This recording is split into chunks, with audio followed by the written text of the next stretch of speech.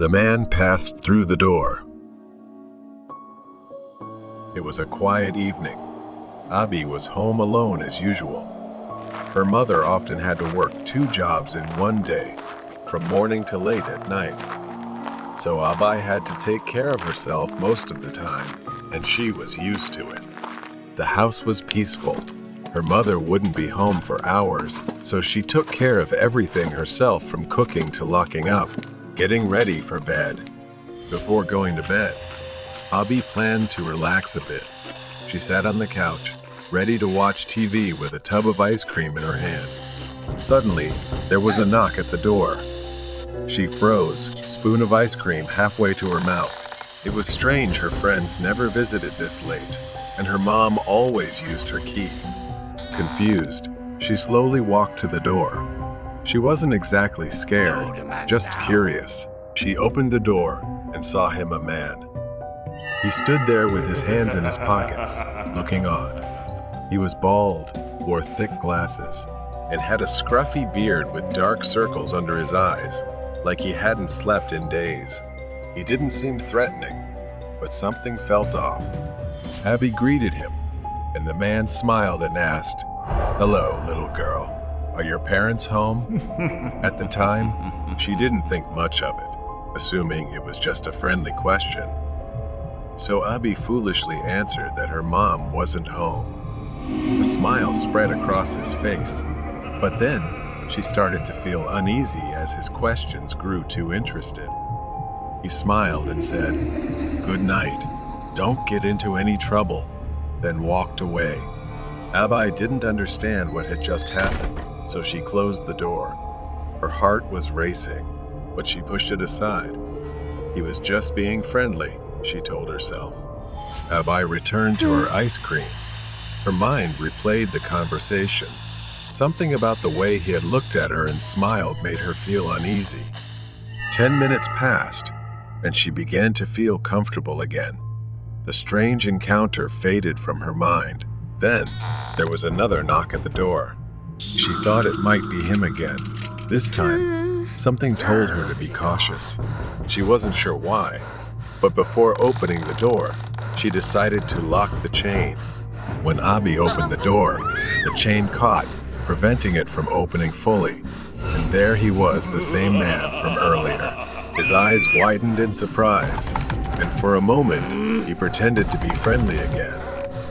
He stammered a greeting to Abi again and said he just wanted to make sure she was okay. To her, he no longer seemed friendly. He looked desperate, as if realizing he hadn't gotten into the house and was trying to cover it up. Abi gave a quick thank you out of fear and slammed the door shut, her hands trembling as she locked it. She stood there, frozen, staring at the door. Minutes passed, and she couldn't stop thinking about the man. But every sound, every creak of the house made her jump. She needed her mom and wished she were home. Suddenly, she heard the man's voice again, this time coming from the mail slot of the front door. He was whispering through the slot, saying he wanted to come in and had something to tell Abi. Abi froze in place. She screamed, "Leave me alone." The mail slot slammed shut, and then the pounding on the door started. He was banging hard, rattling the doorknob violently, shouting crude words demanding she open the door. She stumbled back, tears streaming down her face, silently praying he wouldn't get in. The banging grew louder, more frantic, as he tried to force the door open. For what felt like an eternity, Abi stood there, sobbing, and then, just as suddenly as it began, it stopped. Perhaps the man had given up and left. She didn't move, only standing there, listening. About 30 minutes later, Abi's mom came home. The door opened, and she rushed in, finding her daughter in tears. Abi told her everything. Her mom immediately called the police about the incident, but they didn't find any trace of the man. As Abi lay in bed that night, she couldn't stop thinking about how lucky she was to have used the door chain.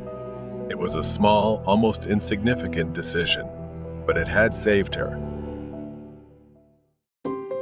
Ghosts in the warehouse. I am a warehouse worker for a small business in my city. I just do certain tasks that need to be done each night. I unload the goods that are delivered and place everything in its proper place. Most of the time, I just wear headphones and listen to music while I work because the warehouse isn't too big. It's rare for someone else to be working overnight with me. The night drags on slowly. The warehouse is eerily quiet, with the only sound being the creaking of the old building. My shift started at 10 o'clock, and there were perhaps some knocking sounds between 12 o'clock and 1 o'clock a.m. I stopped, took off my headphones, and tried to listen to the sound again, but it had stopped. As I returned to work, the knocking resumed, this time louder, more persistent. I froze, facing the source of the sound, a narrow, dark aisle flanked by towering shelves. The knocking stopped when I reached the aisle, leaving only darkness. As I neared the front of the warehouse, I noticed the front door slightly ajar. Confused, I recalled that I had locked it when I arrived. I walked up and pushed the door open, finding the latch broken. I quickly locked the door again, this time jamming a nearby metal bar against it for extra security. But the gesture felt futile. Determined to finish my shift, I returned to my duties, but my focus was shattered. Every creak of the building, every flicker of the lights felt like a warning. Suddenly, the overhead lights flickered and went out, plunging the warehouse into darkness. I pulled out my flashlight to cut through the blackness. The beam revealed only empty aisles, but the feeling of being watched lingered. As I moved through the warehouse, the flashlight caught fleeting glimpses of shadows darting out of sight, too quick to be fully seen. My fear surged as I raced towards the front door. I saw the metal bar I had wedged into the door bent and twisted. I turned to face the darkness, the flashlight trembling in my hand. The light revealed a tall, indistinct figure watching me from the shadows. I started breathing rapidly. The figure moved slowly towards me, its footsteps echoing loudly in the silent warehouse. In a last desperate act, I threw the flashlight at the figure and dashed into the darkness, hoping to find another way out. My frantic sprint led me to the back door of the warehouse, but just as I was about to escape, the door slammed shut, as if someone from behind had done it. I panicked and turned around, but as I was about to run back, my flashlight suddenly flickered back on, illuminating a reflection of myself in a large mirror hidden behind some old boxes. But it wasn't me. A darker version, with a blurred face, slowly raised its hand, moving while I stood frozen. It seemed to be hypnotizing me, trying to pull me somewhere. It said, "Follow me," and then gave a terrifying smile. I stumbled, too frightened to think, and grabbed the door handle, yanking it with all my strength, then ran outside, gasping for air as the fog seemed to swallow me whole. As I ran, I heard footsteps again, echoing through the mist. I turned around, but the warehouse was almost invisible through the thick fog. I collapsed to the ground, exhausted, as I turned back to face whatever was chasing me, but there was nothing there. I pulled out my phone and called the police, trembling with fear. When they finally arrived, they thoroughly searched the warehouse, but found no trace of an intruder. If I hadn't realized the door was broken, I would have faced that strange thing directly, with no way of knowing what would have happened. Although unlikely, I can't shake the feeling that it's still chasing me. So I quit the job, hoping I'll never encounter it again. The Clown in the Tree. This happened to me when I was 14. It was the same year everyone was talking about creepy clowns lurking in random places. The stories were everywhere, but I never took them seriously until I had an encounter of my own. I was sitting alone in the living room. My parents had gone to my grandparents' house for the evening, leaving me home by myself. But instead of feeling free, there was a strange unease I couldn't shake. I texted some friends, inviting them over to kill time John and Emma. We played video games for a while, but after a few hours, we got bored. John had an idea. He said, "Let's go into the woods." There was a forest right behind my house that we usually avoided, especially at night. But it was still light out, and with nothing else to do, I agreed. We gathered ourselves and headed out. Part of me regretted it as soon as we left the house. The forest was dense, tall trees casting cool shade, but we weren't scared. We joked around, tossed sticks, and laughed about nothing. We had been there for about 20 or 30 minutes when we heard something strange. Someone was crying. The sound was faint but unmistakable, like sobbing, desperate, coming from deep within the trees.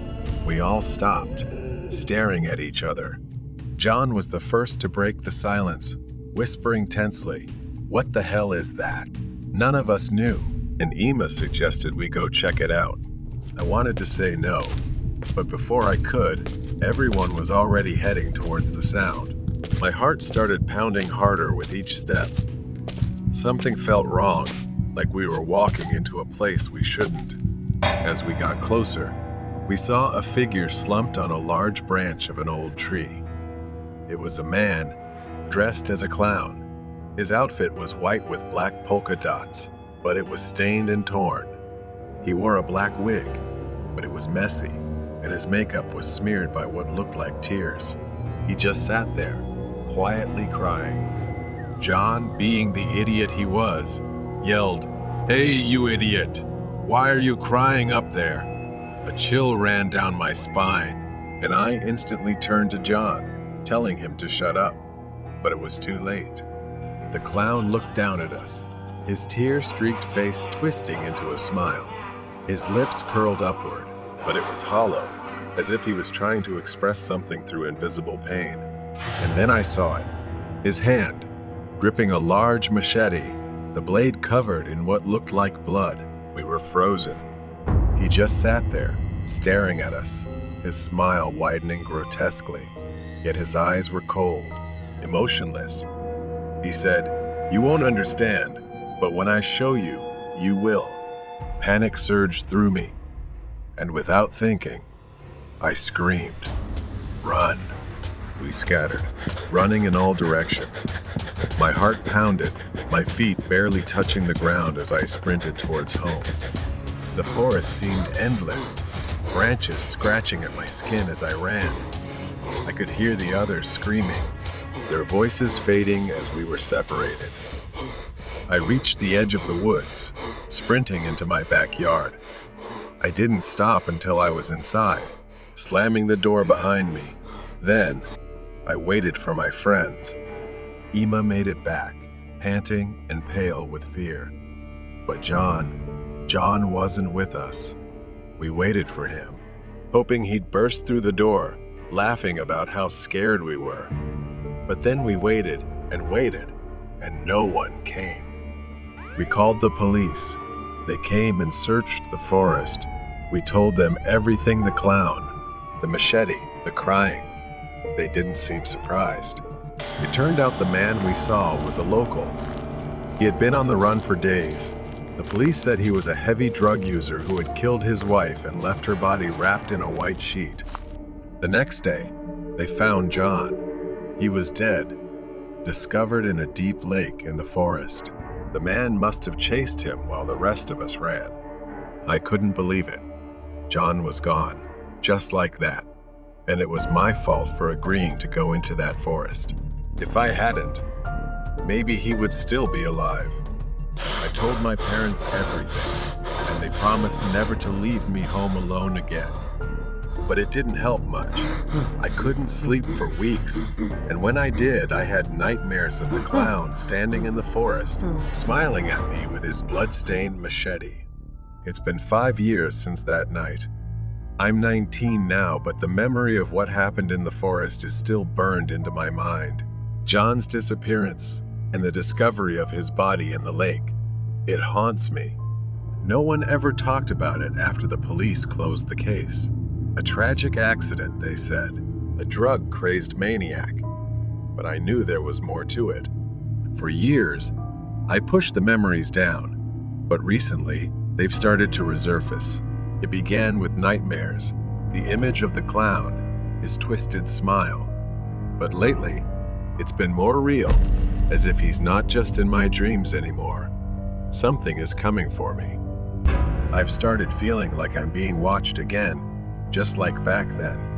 And tonight, I swear I saw him, standing at the edge of the forest behind my house, staring at me. I grabbed a flashlight, pepper spray, and a taser. I don't even know what I was thinking, but I couldn't sit here, paralyzed by fear anymore. The only way to end this is to go back to where it all started. The air was thick with silence as I stepped outside, the flashlight casting weak beams through the trees. The moment I entered the forest, each step felt heavier than the last, as if the woods themselves were pulling me deeper into the darkness. I didn't know where I was going, but my legs seemed to remember the way. Soon enough, I found myself back at the place where we had first seen the clown crying. Suddenly, the rustling of leaves shattered the silence. I froze. The sound of snapping twigs grew closer. I slowly turned around. The flashlight shook in my trembling hands, illuminating a figure perched on a branch, whistling. It was him. He looked just like before, his white clothes smeared with dirt and something darker dried blood. His black wig was still a tangled mess. He just sat there, staring, holding the machete. The clown tilted his head, his smile twisting even more as he jumped down effortlessly, walking slowly, deliberately toward me. He said, "Welcome back." I was so angry I almost cried, yelling that I knew what he had done to John. The clown's smile faded, replaced by a fake look of pity. "You don't understand," he whispered. "I didn't kill him. He chose it." I shook my head, backing away. His words. When I ran, I remembered seeing John hesitate, standing still. He didn't seem scared, more like mesmerized. And what he said before we ran into the woods, he looks sad, doesn't he? I snapped back to reality as the clown got closer, saying that when it was my turn, I'd understand. His words hit me like a punch. I stumbled backward, tripping over a fallen branch. The flashlight slipped from my hand, flickering as it rolled across the ground. Darkness enveloped me, and I reached to grab it, but the clown's footsteps were closer now. I looked up and saw him towering over me, raising the machete. I pulled the pepper spray from my pocket and sprayed it. He staggered for a moment. But then I heard a voice that sounded like John's. "Alex, you need to leave." I don't know how. I didn't look back at the clown. I just ran. His laughter echoed behind me. Suddenly, I was standing in my backyard, alone. The forest was quiet now, the house dark and still. I rushed inside and called the police, convinced he was still out there. When the police arrived this time, he was there. They found him crouched near the lake, clutching the machete. His clothes were soaked in blood and dirt. He didn't resist when they approached. Later, they interrogated him for hours. The clown believed he was chosen to lead people to the other side. The police dismissed it as the ramblings of a madman. But even then, I knew something darker was at play. Killer in the rain. It's late spring in a rural area with vast stretches of wilderness. My small house stands alone in the vast darkness, surrounded by trees. The type of isolation I always dreamed of before moving here. Here, I can live away from the noise, people, and stress of the city. But tonight, the silence feels different. Heavy rain has been pouring for days. I should have found this isolation peaceful, but tonight, it feels suffocating. I'm sitting on an old couch, watching TV, and listening to the rain pounding on the roof, a soothing sound that usually makes evenings pass peacefully. I enjoy staying home on rainy weekends like this, far away from the world. Around 6 or 7 in the evening, I suddenly heard a knock at the door. At first, I thought it was the wind, but it wasn't. Another knock, this time louder. I hesitated. Visitors were rare here. It was strange for someone to show up without calling first. Grabbing a flashlight, I walked toward the door, my heart already starting to race. When I opened the door, heavy rain poured down, and the damp cold hit my face. Standing in the pouring rain was a man, soaked and shivering. He wasn't anyone I knew, just a stranger. He told me he was camping in the nearby woods and had run into trouble. He needed a place to stay, just for the night. His voice was pleading, but something about him made me uneasy. I handed him my phone to call for help so he could get a ride to town, as I didn't feel safe. But he refused, insisting he only needed shelter for the night. I felt uncomfortable, the rain pouring down on both of us. His insistence made me even more suspicious. I bluntly told him he couldn't stay here. After pausing for a moment, he turned and walked down the dirt path leading back to the woods. I watched him disappear into the trees, his figure fading into the rain. I locked the door immediately, still feeling uneasy. I tried to shake off the strange encounter, telling myself I did the right thing. There was no way to know if he was dangerous, especially in such a remote place. The rain kept falling, and I sat back down on the couch, trying to focus on the TV. But my mind kept drifting back to that knock at the door. After 2 hours, I noticed something, a faint orange light shining through the curtains at the back of the house. I haven't checked the window in a while, but now there's something outside. I stood up and pulled the curtain aside. Through the rain and mist, I saw it far off in the woods behind my house, a small flickering campfire beneath a tree. Despite the heavy rain, the fire was still burning. There was a figure in the rain, but I couldn't make it out. That uneasy feeling turned into fear. Could it be him again? Why had he returned? And what was he doing out there, just standing near my house in the pouring rain? I picked up the phone and called the police. I didn't care if it took them an hour to get here. I needed someone to ensure he was gone. After the call, I glanced out the window again. The fire was still burning, but the figure had vanished. Panic surged through me. I rushed to the front window and saw him, the man from earlier, walking by with a rifle slung over his shoulder. He was heading toward the house, toward me. I staggered toward the closet in the hallway, my hands shaking as I grabbed the handgun and rubber bullets. I had bought it for protection, but I never really thought I would need it. I didn't want to hurt anyone. I pressed myself against the wall, listening to the man pounding on the front door. This time it was harder, as if he was hitting it with the butt of his rifle. I had to do something. I couldn't let him in. I yelled that I had a gun and it called the police. I stood still, gun in hand, straining to hear any sign of movement. Moments stretched on, and finally, after what felt like an eternity, I looked through the peephole. The porch was empty. I cautiously stepped outside, gun still in hand, immediately drenched by the rain. I saw large footprints, caked in mud. He was probably gone, at least for now. About an hour later, the police arrived and searched the area with flashlights. When they got to the campfire, they found something I hadn't expected. A rough canvas bag, half buried in the mud, covered in wet earth. They dug it up and opened it. Inside, they found knives, zip ties, gloves, and rope. They told me it was likely a burglary kit, or worse. I never saw him again after that night.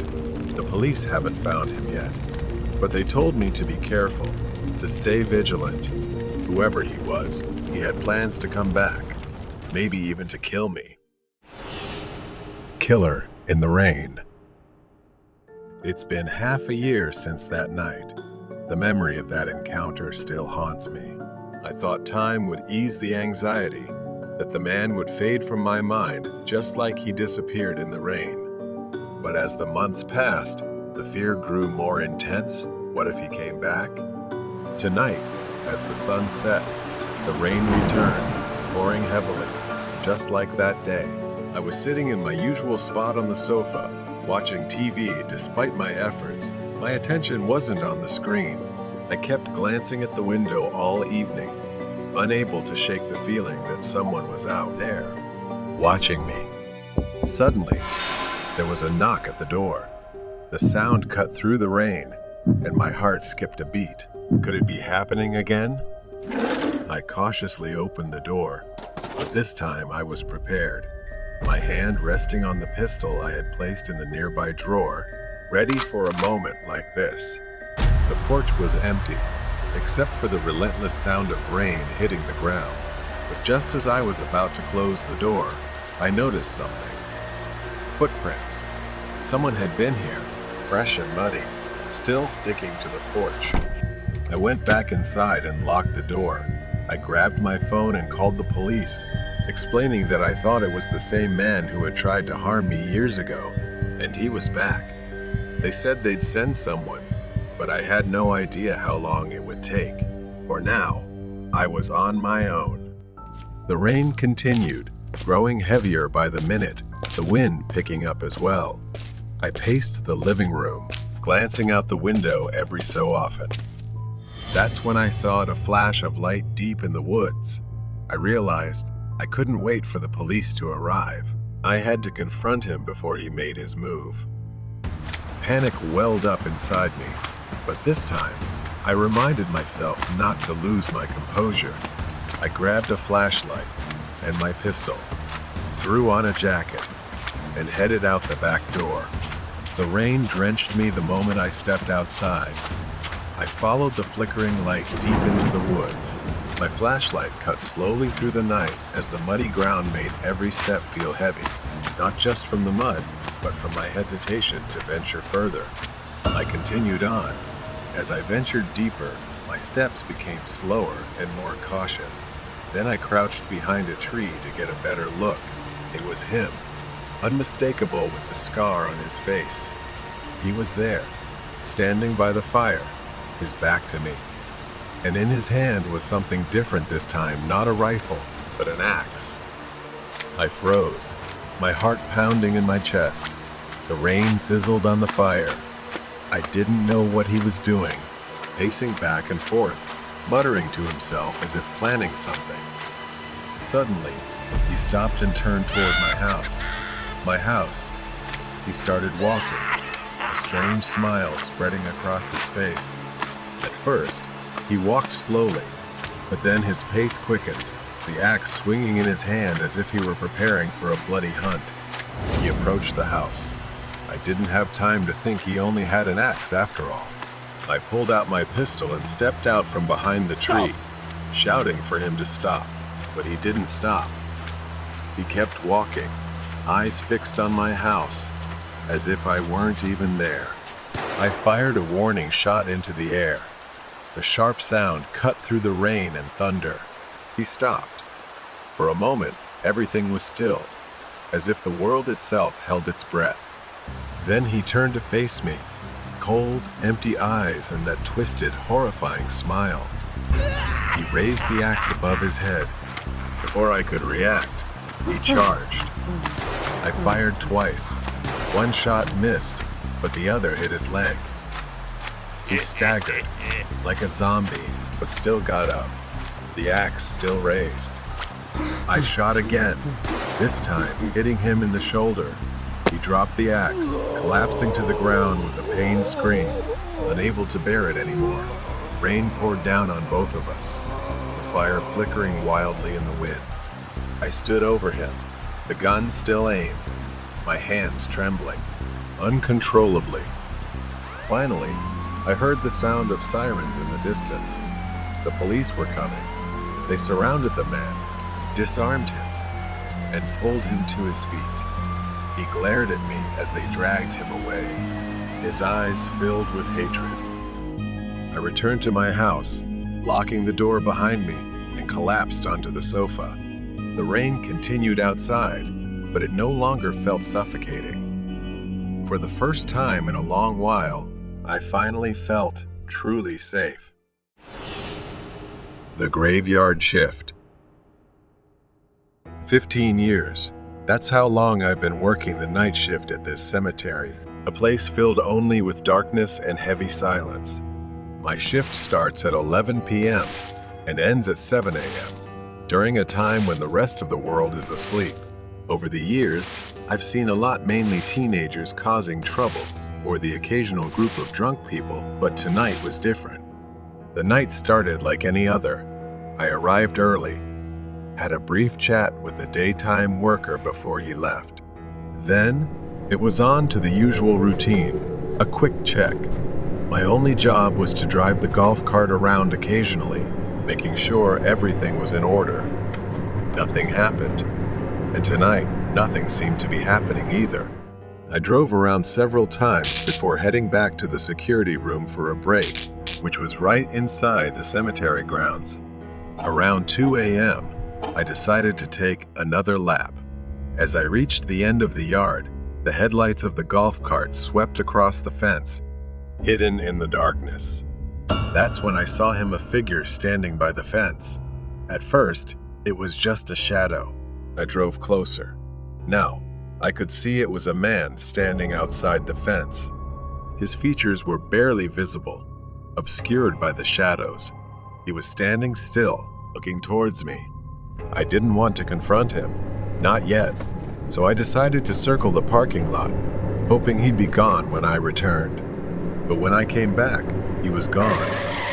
A deep sense of unease began to settle in. I got out of the cart, slowly, scanning the area again to make sure he hadn't snuck in. But everything seemed normal. Nothing was out of place. So I continued my patrol, passing through the entire yard, which took about 15 minutes. Sometimes I would slow down just to make the time go by faster. 15 minutes later, I got back in the cart and returned to the same spot. He was there again, but this time, he was inside the cemetery, standing on the gravel path. My heart raced as I drove closer, the gravel crunching under the tires. He didn't move, didn't react, just stood there, unnervingly still. I got out of the golf cart and started walking toward him. He looked like a man in his 40s, his clothes dirty and old. I stopped a few meters away from him and told him he wasn't allowed in here and that he should leave soon. I spoke, but he didn't respond or even turn his head to look at me. I reached out, intending to gently tap his shoulder, but the moment my hand touched him, he spun around to face me. His eyes filled with anger, and for a moment, I thought he might attack me. But instead, he turned and started walking, heading straight for the fence. I stood frozen, watching as he effortlessly walked through the fence and vanished into the darkness on the other side. Trembling, I got back in the golf cart and drove straight to the security office. I needed to calm down, to think. Once inside, I locked the door and tried to steady myself, trying to stay calm. Minutes passed, though it felt like hours, and then there was a loud knock at the door. I jumped, my heart racing.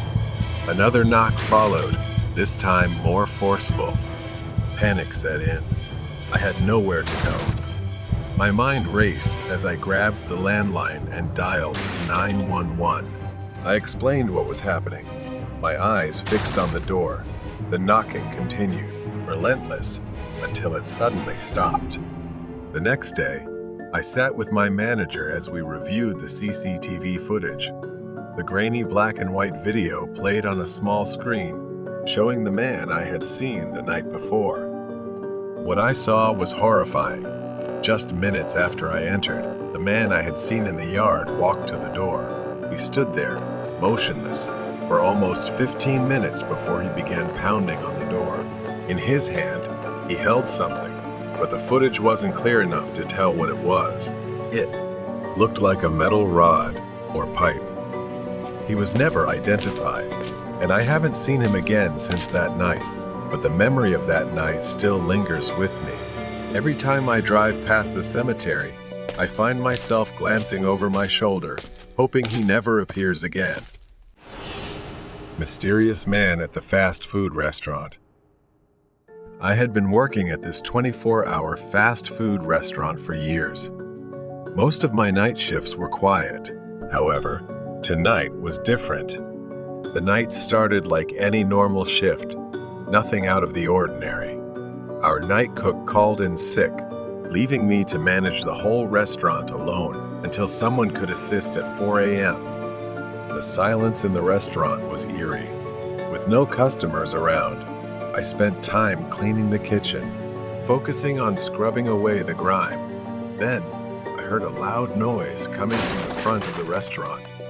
There was a man outside the entrance. He was standing there, his face pressed against the glass, peering inside and banging on the door. He didn't seem normal, which made me feel uneasy. The door was locked. I approached the glass, trying to stay calm, and gestured for him to go around to the drive-thru. He didn't respond, just stared. I shouted through the glass that the dining area was closed, but he didn't move, just stood there, lifeless. I turned and went back to the kitchen. I tried to continue working, focusing on my tasks. 15 minutes passed, and I convinced myself that he must have left. But the unease still lingered. A beep went off in my headset. Someone had placed an order. I turned on the mic and asked for their order, but all I got was silence. I checked the camera at the drive-thru lane, no car, no sign of anyone. I sighed and turned away, but then I froze. I heard something footsteps, light, careful steps coming from above, as if someone was walking on the roof. I tracked the noise until it stopped at the ladder leading to the maintenance door in the ceiling. The footsteps halted above. I was sure someone was up there. I quickly searched for a lock or anything to secure the door. I had never used it before, so I wasn't sure if it could even lock. I heard the trapdoor creak. It was slowly beginning to open. A small gap appeared, and through it, I saw a pair of cold, unblinking eyes staring at me. Panic consumed me, and without thinking, I turned and ran toward the front door. I bolted outside to my car, gasping for air, my heart pounding in my chest. Trembling, I called the police and described what was happening. From the safety of my car, I glanced back at the restaurant, my eyes scanning the windows, and then I saw him. A shadow moving near the counter. For a moment, he looked directly at me, then suddenly darted into the kitchen. The police arrived and searched the entire building, inside and out, even checking the roof. But the man had vanished, disappeared as if he had never been there. Nothing was stolen. No money, no equipment, nothing was missing. He had broken in, but he didn't take anything from the restaurant, like a strange stalker. After the police left, I sat in my car, staring at the darkened restaurant. My mind kept replaying the moment I saw him look at me in such a strange and unsettling way. I went back to work. My boss had installed a lock on the ceiling door, a safety measure that should have been done long ago. But my job was never the same. From then on, I startled at every sound, never knowing if he would come back. Night at the gas station. That night, snow fell, freezing cold. The wind howled as I drove into the parking lot of the gas station where I worked the night shift. I had been doing this job for a few months now, from 11 p.m. to 7 a.m., as it fit my personal schedule. My coworker's car was the only other vehicle in the lot. I parked next to it, bracing myself for a long night. Nothing but slow hours and an empty store ahead. After greeting my coworker and taking over his shift, I was alone for the rest of the night. As soon as the door closed behind him, I glanced at the task list my manager had left. It was short, just a few tasks that would take less than an hour to complete. Around midnight, a car pulled into the station, catching my attention. It was an old SUV, pulling up to one of the gas pumps. I glanced out the window for a moment before turning back to my phone. A few minutes passed, then 10. I glanced again, surprised to see the SUV still parked there. The headlights were off, the doors closed, but no one had come in to pay or use the restroom. A strange feeling began to creep over me. I grabbed my coat and stepped out into the freezing cold, the wind biting into my skin. The snow crunched beneath my boots as I walked toward the SUV. I peered through the window, calling out, "Hello? Is anyone in there?" But from what I could see through the frosted glass, the car was empty. A chill ran down my spine, not from the cold, but from the growing unease. There was no one in the SUV. But why would someone leave a car parked there, engine off, in freezing temperatures like this? I glanced down and noticed something strange. Footprints in the snow. They led away from the car, but not toward the front of the station. Instead, they extend toward the corner of the gas station. It was too cold for someone to just walk off and disappear like that. I hurried back inside to warm up. Once inside, I turned on the small heater next to the counter. Then a loud noise came from the back of the building. I turned around, looking through the rows of shelves in the station.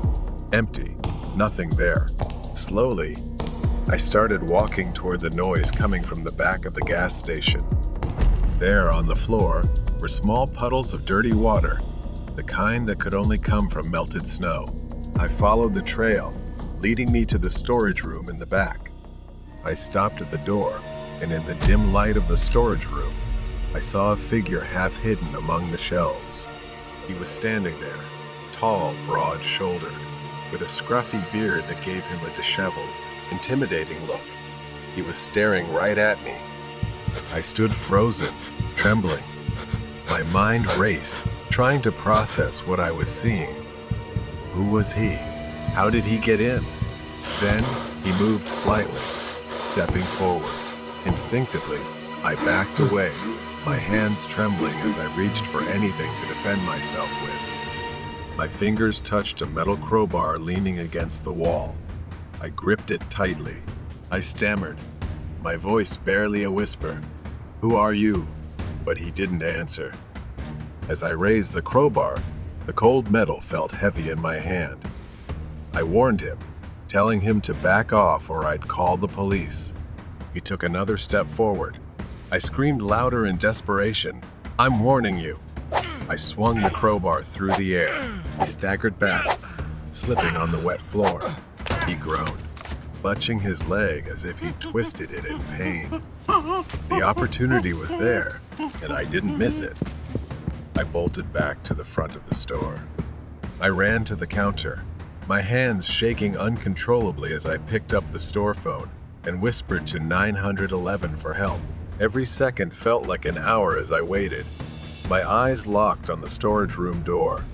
When the police arrived, I pointed them to the back.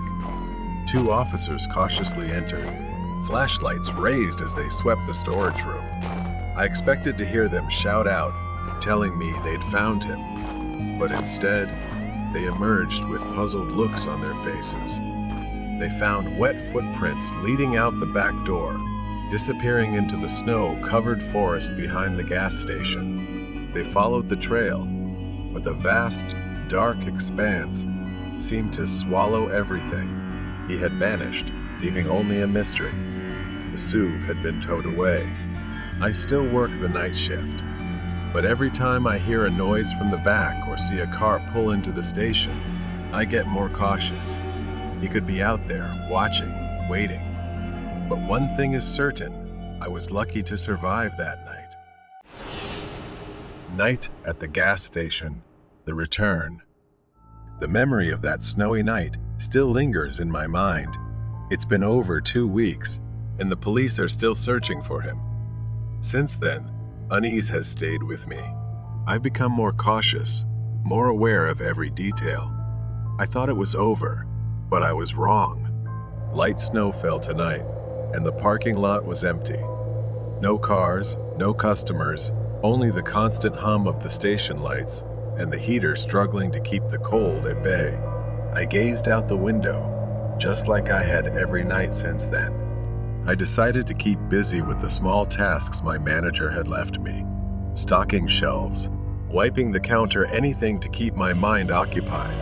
As I bent down to organize some snacks, I heard it. A soft creaking sound from the back. It was the same sound I had heard that night, the one that led me to the storage room. I stood up slowly, waiting, listening for more. I told myself it was nothing, but I couldn't shake the feeling that I was being watched. Just as I began to relax, headlights swept across the parking lot. A car slowly pulled in. It was the same type of SUV again. I froze, watching it stop near the gas pump. I grabbed my coat, knowing I couldn't avoid this. A feeling of dread crept over me as if everything was about to happen again. I stepped outside, the cold wind biting my face as I approached the SUV. I cautiously peered inside. This time, there was someone inside. A man wearing a thick coat, his face partially obscured by a knit hat. I asked, "Do you need help?" The man didn't respond right away. He slowly turned his head, his movements deliberate. Then he spoke in a low, raspy voice. "I am here for what I left behind." Before I could respond, he opened the car door and stepped out. He was tall and moved toward me, and instinctively, I took a step back. I ran inside, slamming the door shut. My fingers fumbled for my phone to call the police. I gasped as I told them, "He's back. The man from before. Please send help." I glanced around, looking for the crowbar I had used before. It was leaning against the wall near the counter. I grabbed it tightly as I heard the man approach the entrance. The door rattled as he tried the handle, but it was locked. Then I heard him move toward the back door. I crept toward the storage room. The back door was still shut, but I knew he was out there. I could hear him moving, his footsteps crunching in the snow. Suddenly, the door handle began to shake. I backed away, gripping the crowbar. The door creaked open slowly, letting in a rush of cold air. I could see his silhouette. It was still him. The scruffy beard, the broad shoulders. His eyes fixed on me, wild and crazed. This time, I didn't wait. I swung the crowbar. He ducked, barely dodging the blow. I swung again, and this time, I hit his arm. He groaned in pain, staggering back, but he didn't fall. Instead, he lunged at me, grabbing the crowbar with a force I didn't expect. The metal slipped from my hands and fell to the ground. I stumbled back. Then I saw my chance the exit, and I ran as fast as I could toward it. I ran outside, the snow crunching beneath my boots. I could hear him behind me. I sprinted toward the forest, needing to get away from him. Branches whipped against my face as I rushed into the woods, the cold biting into my skin, causing sharp pain. I tripped. My foot caught in a tree root hidden beneath the snow. It sapped all the strength out of me. I tried to get up, but before I could move, I felt his hand grab my ankle, pulling me back. I kicked out, sending him staggering with a cry of pain. I got up and kept running toward the edge of the woods. In the distance, I saw the flashing lights of a police car. I collapsed into their arms, gasping for breath, pointing toward the forest. He's still in there.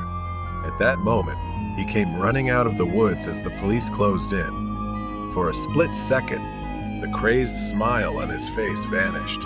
He turned to run, but it was too late. The police were right in front of him. He thrashed and squirmed violently as they wrestled him to the ground and cuffed him. The SUV had been towed away, and the man was gone, but the unease remained. The store was quiet again. I walked to the door, staring out at the now empty parking lot. I didn't know why he had come back, what he was after, or what he thought he'd left behind, but I hoped it would be the last time I saw him. Haunting delivery trip. I was working for a food delivery platform on weekends to make some extra money. Between my main job and this side gig, I often felt exhausted. It was past 9 p.m. when I started my shift, picking up small orders and delivering them to random houses. After my first delivery, I drove around the area for a while, waiting for something to come through. 20 minutes passed with nothing. Just as I was about to give up, my phone buzzed with an order for just 1 tacos and a drink. I confirmed the order and headed to the restaurant to pick it up. After grabbing the order, I began the 10-minute drive to the customer's house. It was a normal neighborhood, nothing unusual. As I approached a red light, I noticed a pickup truck stop next to me. Instinctively, I glanced over. The guy in the truck was leaning out of the window, staring straight at my car. I looked away when the light turned green and pressed the gas. I glanced in my rearview mirror. The truck was now in my lane, driving a short distance behind me. As I approached the neighborhood where I was making the delivery, the truck was still behind me. Was he following me? The route was mostly straight, so I wasn't sure if he was just heading in the same direction. I tried to stay calm, but the moment I turned into the neighborhood, I knew. The pickup truck turned in too. Maybe he lived here, I thought. I continued driving through the quiet suburban streets, following the GPS until I reached the final road, a dead end. I braked and parked on the side of the road near the house number I had to deliver to. The truck followed and parked behind me. I sat there, frozen, trying to come up with a plan for the worst-case scenario. What was this guy doing? Was he really following me? I glanced at my phone and saw a message from the customer asking, "When will the food arrive?" Could it be the guy in the truck? Was he the customer waiting for me to step out? I felt more trapped than ever. The man got out of the truck. My heart pounded as I watched him slowly approach my car. He stopped right by my trunk, his face partially hidden in the shadows. Then, out of nowhere, he grabbed something like a metal rod and slammed it into my rear windshield. The glass shattered around me. I screamed and, without thinking, instinctively slammed my foot on the gas. The man jumped onto the back of my car, nearly lying flat as he tried to crawl through the shattered window. I swerved sharply, making a U-turn, and felt him fall off the car. My hands trembled as I maneuvered between the trucks. In the rearview mirror, I saw him stumbling in the street as I sped away. My hands shaking, I picked up the phone to call the police. By the time the police arrived, the man had vanished. All they found were shards of glass scattered across the road. They searched the area, but he was gone. I stood staring at the cracks in my shattered windshield, and memories of the terrifying experience replayed in my mind. I was lucky to have escaped, but deep down I still felt uneasy because he was still out there. Haunting delivery trip. It's been almost a month since that horrifying night. I haven't driven for the delivery app since then. Every time I think about driving, the echo of shattering glass floods my mind. I try to tell myself it was just an incident, that I was unlucky. There were no witnesses. The police reassured me they'd find him, saying it was probably just a disturbed person trying to scare me. but I couldn't shake the feeling that there had to be some reason he was following me. I decided to try driving again. I needed the money, and I couldn't let fear control my life. I told myself that this time I'd be careful and avoid driving too late at night, and I'd stay away from isolated neighborhoods. As I got into the car, that familiar fear washed over me. My hands were sweaty. I tried to close my eyes, take a deep breath, and turn the key in the ignition. Things started off fine. I was careful and checked my mirrors more frequently. But as the sun set, my phone buzzed with an order that sent a chill down my spine. 1 taco and a drink. A simple order, just like that night. I hesitated, my thumb hovering over the accept button. I figured it was just a coincidence, so I accepted the order. A light drizzle had begun. The drive to Taco felt eerie, as if I was retracing the same steps as that night. I picked up the order and placed it on the passenger seat. As I drove to the delivery address, waves of anxiety hit me. The house was in a different neighborhood, but each turn felt strangely familiar. When I parked at the curb, the hairs on the back of my neck stood up. The headlights of a car behind me suddenly flicked on. I looked, it was a truck, and it looked just like the one from that night. Panic set in as the truck rolled closer, its blinding headlights on full beam. The truck parked right behind me, as if waiting for me to make a move. I tried to text my customer, but I was shaking so badly I couldn't type properly, wasting precious time. Suddenly, a notification popped up on my phone. Customer, when will my order arrive? I couldn't believe it and dropped my phone right then. It was happening again. Could he have been waiting for this moment to get revenge? I couldn't go through this again. I had to act. I pressed the gas, moving my car to another spot. The truck slowed down behind me, its headlights glaring blindingly in my rearview mirror, causing me to squint. Suddenly, the truck surged forward, crashing into the back of my car. The impact jerked me forward, my chest slamming into the steering wheel. Pain shot through my ribs as I gasped, trying to catch my breath. I pressed the gas harder, but the rain had made the road slick, so I had to maintain control to avoid crashing. Panic hit me as he pulled up alongside, rolled down his window, and gave me a sinister smile. Another slam. The back of my car crumpled, and I felt something wet trickling down my head. My head had been injured and was bleeding from the impact against the window when he rammed me again. I braked hard, dazed, my vision blurring from the blood running down my face and the sharp pain in my side. But I couldn't give up. I grabbed my phone and dialed 911 for help. I could see his silhouette through the rain, stepping out of his truck. I refused to give up, flooring the gas and driving blindly. My car slammed into a tree.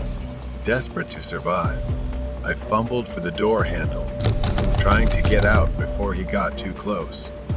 In the distance, I could hear him screaming angrily. I forced myself to run, sprinting toward the woods at the edge of the road. Suddenly, I tripped. My ankle twisted and sharp pain shot up my leg. I couldn't move. He was almost on top of me, his shadow looming as I tried to crawl toward the edge of the road. I turned to face him. He raised the crowbar high above his head, ready to strike, and I screamed. But then, the sound of police sirens cut through the quiet rain. He froze, trying to run, but it was too late. The police used a taser and tackled him to the ground. He was finally caught. I fainted, slowly losing consciousness. Paramedics loaded me into an ambulance, and a wave of relief washed over me. The nightmare was finally over. Whispers behind the door. It's been 9 years since that happened, but I still remember it clearly. In the middle of the city, I rented a small apartment in an old, damp-smelling building.